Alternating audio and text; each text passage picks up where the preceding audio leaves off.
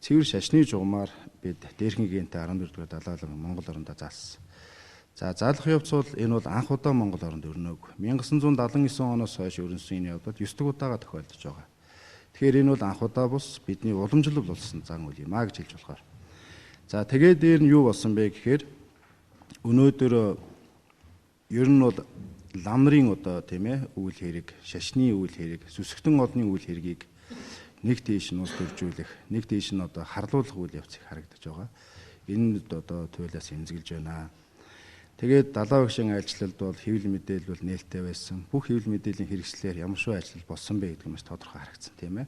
Дөнгөж өчигдөр ANI гэдэг тийм ээ Asian News Network International гэсэн энэтхэгийн дээдли төвтэй 50 гаруй одоо Төв Азийн, Урд Өмнөд Азийн 50 гаруй газар салбартай ийм төвтэй юу байгаа. Хэвлэл мэдээллийн том байгууллага. Дээлид дөнгөж одоо дэрхийн гигантыг морилоод газар дахт нь ярьцлага хийсэн. Монголын талаас тэгэл асуусан. Энэ одоо интернетээр явж байгаа. Бас л давтсан зүйл нь юу гэхээр Монголд бол бурхны шишин их өөрчлөлттэй сайхан хөгжиж байна. Миний 79 онд одоо морилж очиж яснаас шал өөр болжээ. Тэр цаг үед бол одоо нийгэм өөр байсан. Одоо нийгэм өөр байна. Тэрний дээр сүсгтнүүдийн хандлага бас өөр болсон гэдгийг сайн тодорхойлсон. За тэрний дээр би залуучуудад хандаж ер нь сүжиг биширэл байна. Бурхны шашинд, альва шашинд.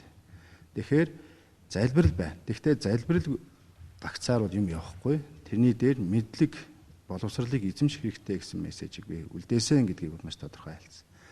Тэгэхээр бидний энэ ажлын одоо тийм ээ номын ажлын зорилго бол анхнаасаа л ийм байсан, иймээр төгссөн.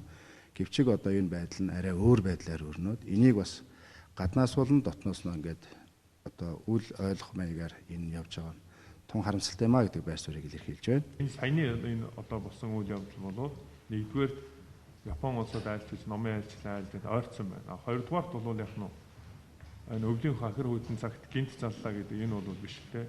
Өмнө 11 онд залхдаа мөн 11 сард морилсон байдаг юм Монголд. Тэр үед бол яг нь цаг үе сайхан дулаан байж за энэ жил бол цаг уурын байдал одоо бол арай эрт хүүтрэх за жилийн одоо хурд тундс бол эрт унж байгаа цасыг эрт орсонтой холбоотой бол хүйтэн байна л да. Тэгээд бол энэ хүйтэн цаг үе таарлаа гэж ингэж л ойлгохоос түүнээс бол гинтийн одоо хүмүүсийн нийгэм талцуулаад байгаа шиг харлуулаад байгаа шиг ийм болов мэдээлэл бол байхгүй ийм одоо үйл явдал болоогүй номын хур номын аршаанаар цөөн хугацаанд ч болов цэнгүүлээд ингээ буцлаа. Энэ бол өнгөрс одоо яг энэ одоо 10 гаруй 20 хоногийн хойноос харж байхад бол нийт одоо Монголын ард түмэн бол үнэхээр хүсэмжилж ирсэн байна гэдгийг одоо нийгэм даяараа одоо бүх сүсгэн олон нийтээрээ хэлж чинь шүү дээ гэдгийг хэлэх гэсэн юм.